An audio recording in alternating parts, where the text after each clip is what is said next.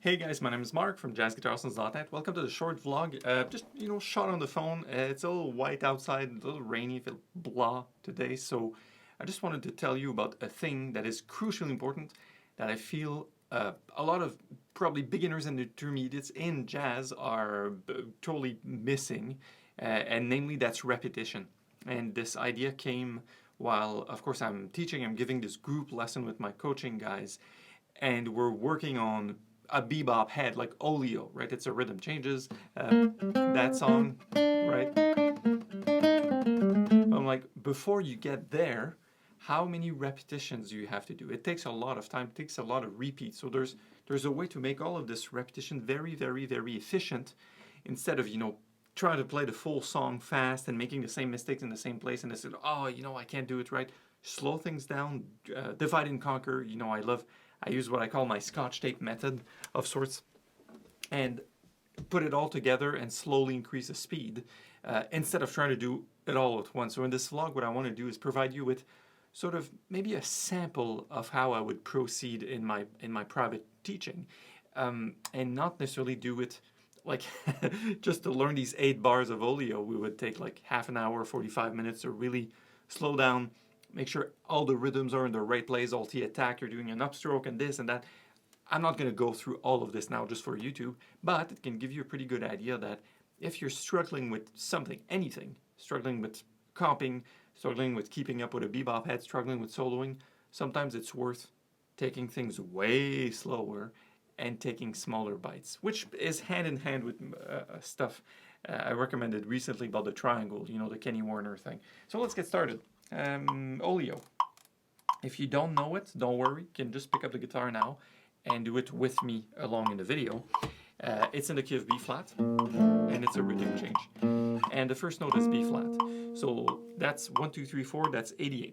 A 1, 2, play with me. 1,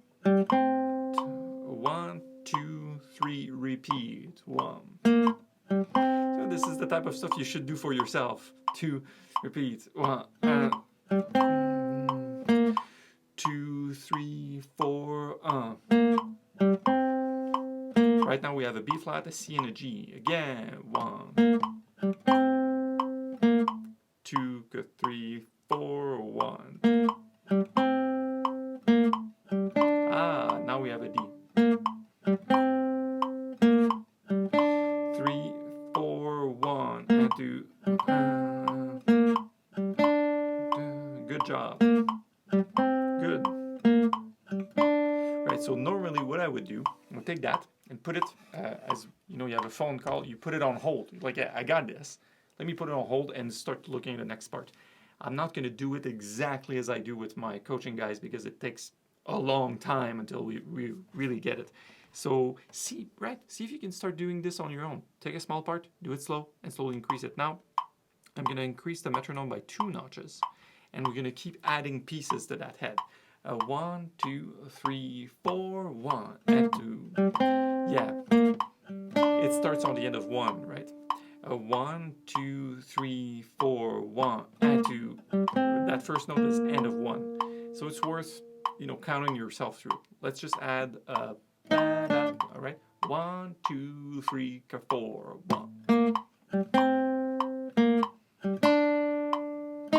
1. Let's just loop that. You see, by repeating, very hard to talk and play at the same time. When you repeat this, you give yourself a chance to increase your rhythmic accuracy. You're doing more, so it's like throwing darts. The more darts you throw, the more chances you have of landing where it's supposed to be and feel like, oh, that sounds right. So let's keep doing that, right? 1, 2, 3, and loop. 1.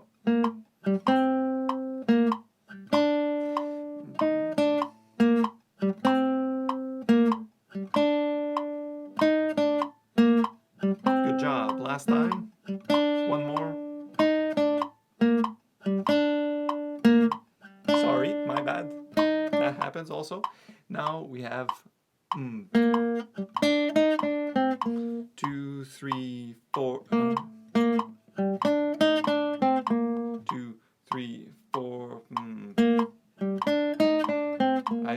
that's in time in the proper place, but those are the right notes.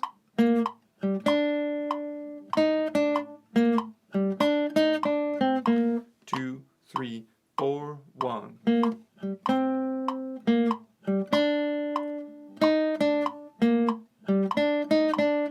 Focus on your accuracy. Play with me last time. 1 and 2 and 3.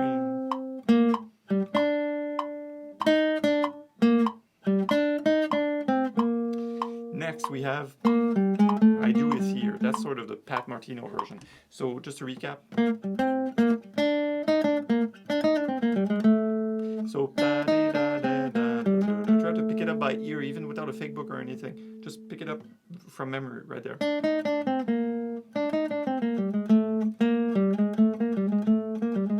So it's B flat, G sharp, A. So super slow. 1 and 2.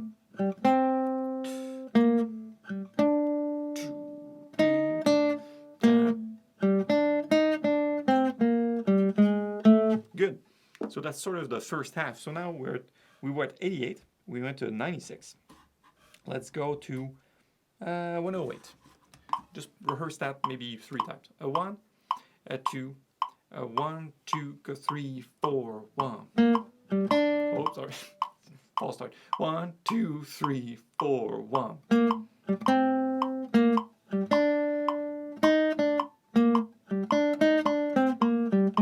1, 2, 3, 4, 1.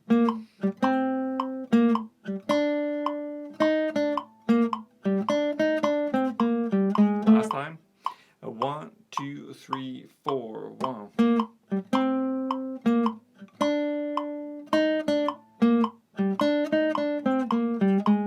Right?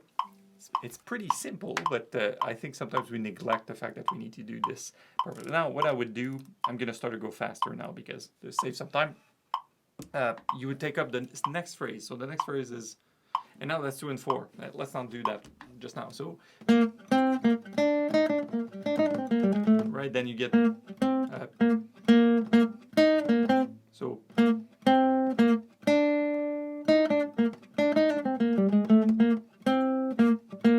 so, that,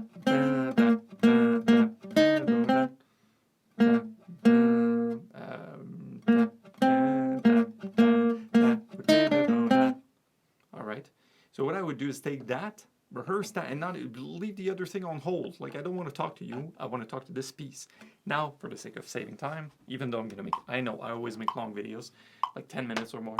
So a 1, a 2, from the beginning. 1.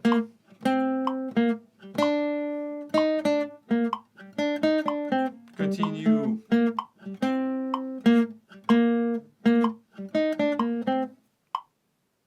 A 1, 2, go 3, 4.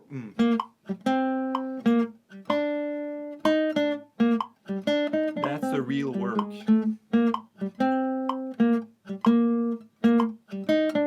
1, 2, 3, 4. A 1, 2. Last time.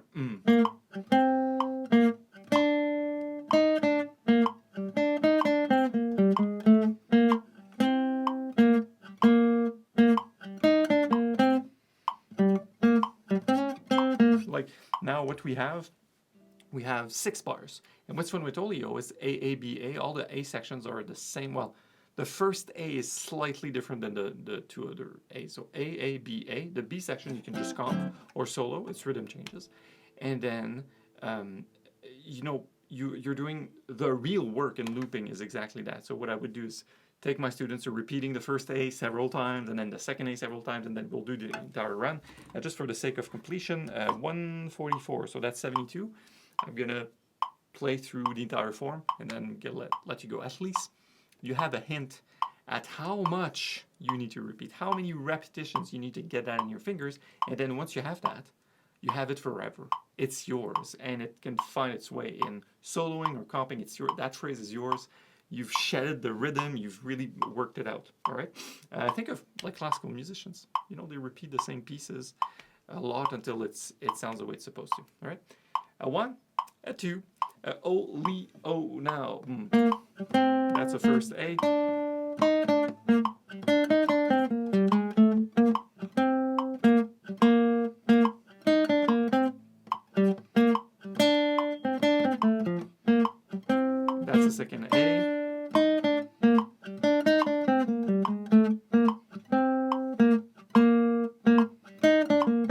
last A, B, D7,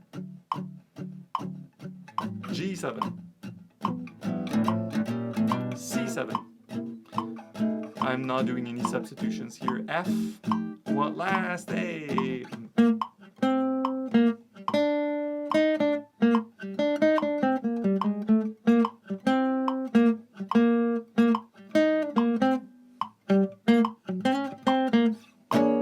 Good. All right, so see if you can. The takeaway here on your own, do that. Like, it's fun working out with me, with Marc's like, hey, you can do this. Yeah, by the way, if you're interested in doing that, please book a call and we can see if I can map out a custom plan to take your playing to the next level. You simply need to go to nextlevel.jazzguitarlessons.net, next level, one word, .jazzguitarlessons.net. I'm happy to see if you're a good fit for the coaching program, which is amazing right now. It's the progress my students are making is incredible. So that's one leg. Another leg of the program, which you might be aware of, is the Jazz Guitar Mastery Program. More info on the website about that. But see if you can take yourself through these sort of mini loops and be very disciplined. And even if it's boring, even if it sounds really slow, nail it. Take it apart and really, like a Swiss watch, like take it apart and make sure the end of one is this and the end of two and it's really swinging. And then same thing with your comping.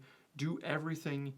You know, I read somewhere it's like doing small things in a great way. That's what it is. Because if you listen to Joe Pass or Wes Montgomery or Pat Metheny, that's what they do. It's like an eighth note is still just an eighth note. But it's done with such a level of experience and intent behind it that it sounds amazing, right? So it's more about the how. So I'm going to just shred for, I don't know, I'm going to put this at 96 and leave you with one full chorus. See if you can keep up. If you can't, well, All Ego is a pretty good rhythm change to have under your belt. And then I will just do this and pop and end the video. All right? Take care, guys. Thank you. 1, 2, 1, 2, 3, 4.